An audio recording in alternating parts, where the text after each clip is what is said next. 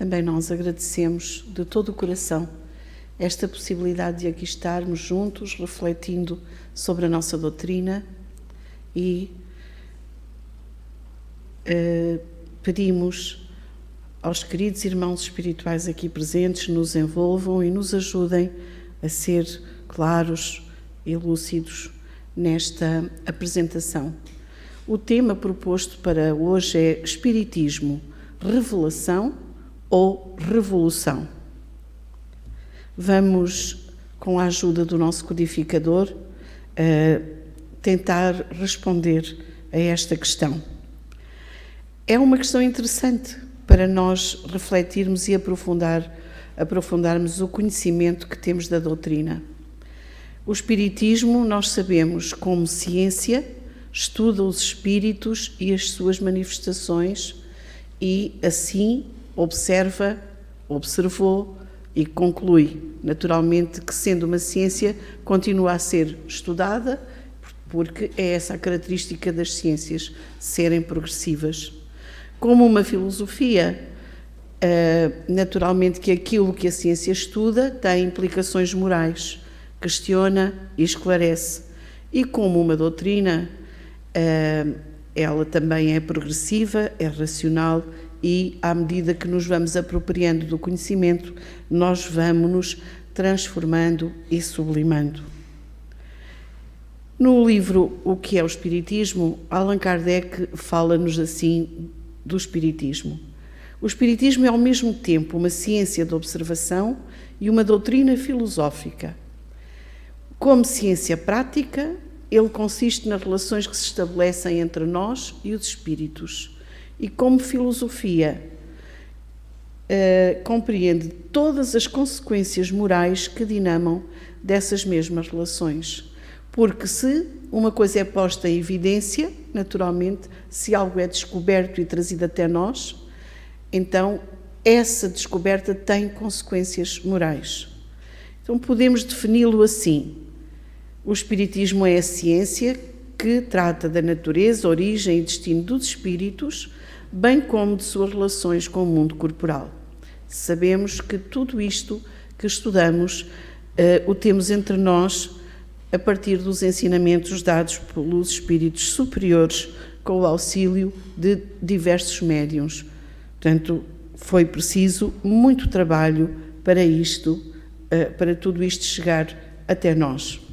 E é ele mesmo que nos vai, então, guiar o pensamento. Kardec, na Gênese, vai-nos falar do caráter da revelação. Pode o Espiritismo ser considerado uma revelação? Pergunta ele. Nesse caso, qual o seu caráter? Em que se funda a sua autenticidade? E a quem e de que maneira foi ela feita? Portanto, temos que perceber isto. E ele ajuda-nos a entender o que significa revelação.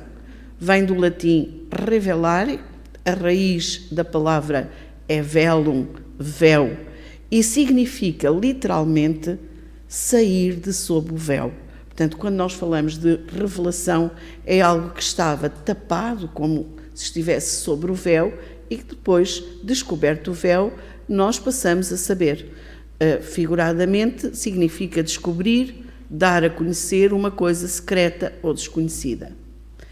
Então, na sua acessão vulgar, mais genérica, nunca podemos esquecer que Allan Kardec, o nosso codificador, ele é um cientista, portanto, é alguém já que, quando estuda o Espiritismo, levava mais de 30 anos de estudo do magnetismo, alguém que dedicava a sua vida à investigação.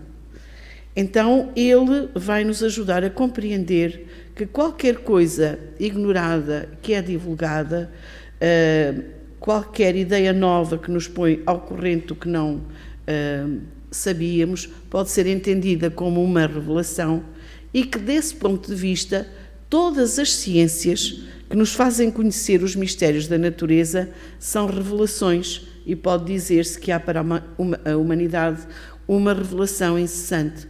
Nós hoje que sabemos quantas coisas já foram descobertas, não é? Pelo trabalho insistente e metódico do homem, dos investigadores, podemos perceber que sim, nós estamos sempre a receber revelações científicas. Mas a característica essencial de qualquer revelação tem de ser a verdade. Porque se algo se basear num facto de que não é verdade, já não há revelação, não há nada de concreto sobre isso. E diz-nos ele, se Deus suscita reveladores para as verdades científicas, porque nós, quem está mais ligado à ciência e à investigação, não duvida que também nesse campo há missionários, não é? Que se dedicam as suas vidas por inteira ao estudo. Então, Kardec nos diz, se Deus destina missionários para revelarem as questões da ciência, com mais forte razão vai suscitá-lo para as verdades morais, que constituem elementos essenciais do progresso. Olhem, naturalmente nós não temos tempo para analisar tudo aquilo que Kardec nos diz, mas vejam, as verdades morais constituem os elementos essenciais do progresso. E por isso nós podemos ver, em tempo de tão grande adiantamento tecnológico e científico, como ainda temos tão pouco progresso moral, não é assim? Então o caráter essencial da revelação divina, nos diz ele também, é o da eterna verdade. E no Livro dos Espíritos nós encontramos esta questão. Deus deu a determinados homens a missão de revelar a sua lei? E os Espíritos dizem, sim, certamente, em todos os tempos, certos homens receberam essa missão. São espíritos superiores encarnados com a finalidade de fazer a humanidade avançar. Então, o Espiritismo, dando-nos a conhecer o mundo invisível que nos cerca, porque é ele que nos vem dar a conhecer de forma metódica, organizada, no meio também do qual vivemos sem suspeitarmos, as leis que regem esse mundo, as relações com o mundo visível, a natureza e o estado dos seres que o habitam e, por conseguinte, o destino do homem depois da morte, é uma verdadeira revelação, na acessão científica da palavra. Concordamos? Claro. Mas, por sua natureza, a revelação espírita tem um duplo caráter, porque participa ao mesmo tempo da ciência e é ao mesmo tempo também uma revelação divina. E porquê é que ela se pode entender como uma revelação divina? Não foi nenhum homem que determinou o seu aparecimento. Ela foi providencial, não resultou da iniciativa de ninguém. Foi acolhida pela humanidade, mas ela veio de cima da espiritualidade para nós. Os pontos fundamentais da doutrina provêm dos ensinos que deram os espíritos, encarregados por Deus de esclarecer os homens acerca de coisas que eles ignoravam e que não podiam aprender por si mesmos, porque não conseguiríamos lá chegar. Naturalmente que todos, um ao outro, saberia, mas este conhecimento é um conhecimento que se destina para um ou se destina para todos nós? É para todos nós. Então, era importante divulgá-lo.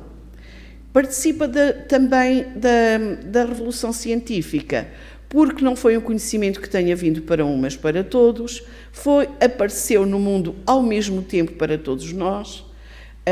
Aqueles que o transmitiram, os espíritos superiores, e aqueles que o receberam, os médiuns, eles não foram passivos, eles estiveram em atividade, em trabalho, eles tiveram que estudar, investigar, e foram quantas sessões, com certeza, a quantas sessões terá assistido Kardec e todos aqueles que trabalharam com ele, com as limitações do tempo.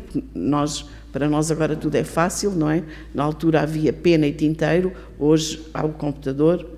Mas percebermos que todo este trabalho ele é deduzido também do trabalho do homem, da observação dos factos que os espíritos colocaram ao alcance dos olhos e das instruções que lhe deram. Nós não podemos absorver todo este conhecimento sem o estudar, sem o comentar, sem o comparar, não é? Portanto, há aqui esta ideia, no fundo, o que caracteriza a revelação espírita é ela ser divina na sua origem, porque é da iniciativa dos espíritos, da iniciativa de Jesus e de Deus para os seus filhos, no fundo, mas a elaboração dela, a observação, a organização, tudo isso é trabalho dos espíritos, é trabalho metódico do homem. Razão há, pois, nos diz Kardec, para que o Espiritismo seja considerado a terceira das grandes revelações. Não queria perder muito tempo aqui, mas só para termos esta noção. A primeira revelação, ela vem com Moisés, não é? Portanto, que nos traz a justiça e nos dá a ideia de um Deus único no meio dos povos politeístas do tempo, um Deus soberano, criador de todas as coisas. Ele lança com os 10 mandamentos as bases da verdadeira fé.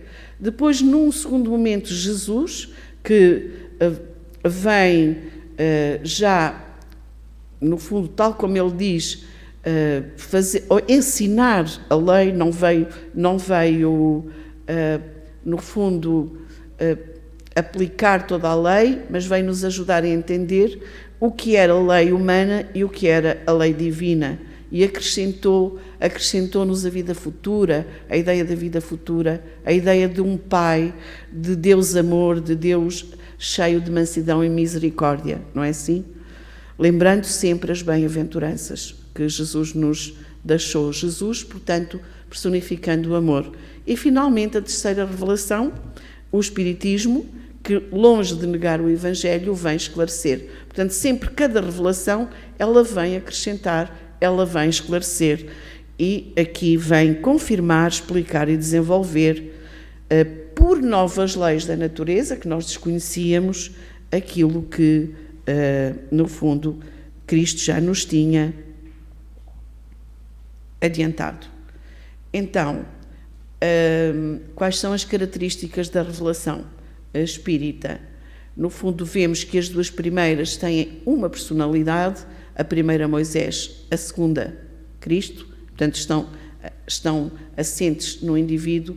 A terceira foi coletiva, é coletiva, no sentido de não ter sido feita com privilégio a pessoa alguma, nem feita por alguém, mas por um coletivo de espíritos superiores coordenados por Jesus, o Espírito de verdade. Ela foi espalhada simultaneamente por toda a Terra a milhões de pessoas, de todas as idades e condições.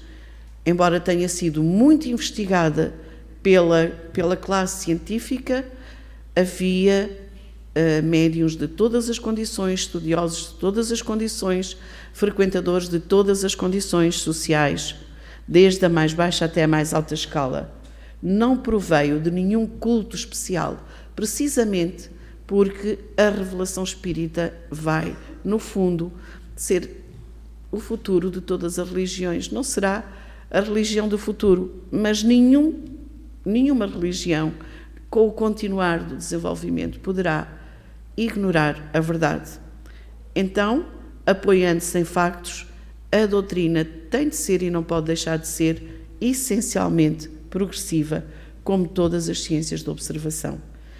E aqui está isto que Kardec deixou para nossa elucidação. O Espiritismo jamais será ultrapassado, porque se as novas descobertas lhe demonstrassem estar em erro acerca de um ponto qualquer, ele se modificaria nesse ponto. Se uma verdade nova se revelar, ele a aceitará.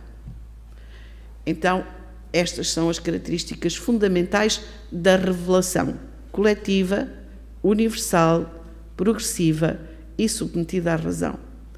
Não nos esqueçamos que fé inabalável é somente a que pode encarar a razão face a face em todas as épocas da humanidade. Mas o Espiritismo também é uma revolução. Será? Ou ficamos só pela revelação? Ela também é uma revolução. Porquê? Se formos olhar ao significado da palavra, é uma transformação, revolução, algo que acontece, que promove uma transformação profunda, rápida e radical nas estruturas sociais, sejam de várias naturezas, sejam económicas, científicas, culturais, e frequentemente elas põem de lado ou derrubam alguma coisa que a ordem estabelecida. Sabemos que uma revolução também, já vivemos algumas, podem ser pacíficas ou violentas e vão sempre trazer uma nova ordem social, uma alteração dos paradigmas do pensamento ou da vida. Vão alterar conceitos e costumes. Vimos isso acontecer na Revolução Industrial, na Revolução Científica, enfim, em algumas revoluções políticas a que assistimos. Conduz sempre à transformação profunda do pensamento, dos costumes e da forma de viver. Então vejamos o que nos diz Kardec sobre este entendimento, também ele, no livro O que é o Espiritismo. Vê-se que só a demonstração da existência do mundo espiritual conduz forçosamente a uma revolução nas ideias. Nós não sabíamos que existia, nós passamos a saber que existe, e isto altera, modifica todo o paradigma do nosso pensamento. Ora, uma revelação nas ideias não pode deixar de produzir outra na ordem das coisas. É esta revolução que o Espiritismo espera. Mas também nos alerta. Nisso, como em tudo, há pessoas que ficam para trás, até serem arrastadas pelo movimento geral que as esmaga se tentam resistir-lhe em vez de acompanharem. É toda uma revolução que neste momento se opera e trabalha os espíritos. Então, após uma elaboração, diz-nos Kardec, para nós compreendermos que isto veio até nós, o Espiritismo veio até nós, programado, não foi por acaso. Após uma elaboração que durou mais de 18 séculos, chega ela à sua plena realização e vai marcar uma nova era para a humanidade. Estes 18 séculos é o tempo que medeia entre Jesus e as manifestações espíritas. Fáceis são de prever as consequências, acarreterá para as relações sociais inevitáveis modificações. Mas isto vai acontecer, queiramos saber ou não, queiramos querer ou não, estudar ou não, porque faz parte da lei do progresso, e a lei do progresso é uma lei de Deus, ninguém vai deter. E continua no Evangelho, no capítulo 1, e isto é muito importante, meus irmãos, é no capítulo 1 do Evangelho segundo o Espiritismo que Kardec fala desta revolução, que é a doutrina espírita. São chegados os tempos em que se hão de desenvolver as ideias para que se realizem os progressos que estão no desígnio de Deus. Têm elas de seguir a mesma rota que percorreram as ideias de liberdade suas precursoras. Não se acredite, porém, que esse desenvolvimento se efetue sem lutas. Aquelas ideias precisam, para atingirem a maturidade, de abalos, discussões, a fim de que atraiam a atenção das massas. Mas uma vez isso conseguido, a beleza e a santidade da moral tocarão os espíritos, que então abraçarão uma ciência que lhes dá a chave da vida futura e descerra as portas da felicidade eterna. Espantosa frase escrita por não por Allan Kardec, por um espírito israelita. É a primeira comunicação que aparece escrita no Evangelho segundo o Espiritismo. Não é por acaso que Kardec a coloca. E ele diz: Moisés abriu o caminho, Jesus continuou a obra, o Espiritismo a concluirá. Mas a revolução que se apresta é antes moral do que material. Nós pensamos sempre nas revoluções mais das armas, não é? Mas a que nos falta fazer é a revolução moral. O simples facto de poder o homem comunicar-se com os seres do mundo espiritual traz consequências incalculáveis da mais alta gravidade. Uma coisa é quando eu não sabia, quando nós desconhecíamos, outra coisa é percebermos que é uma lei da natureza, é uma lei divina. É todo um mundo novo que se revela. E tem tanto mais importância quanto a esse mundo todos nós voltaremos um dia. O conhecimento de tal facto não pode deixar de acarretar, generalizando-se, profunda modificação nos costumes, caráter, hábitos, assim como nas crenças, que tão grande influência exercem ou exerceram sobre as relações sociais. Então, é uma revolução completa a operar-se nas ideias.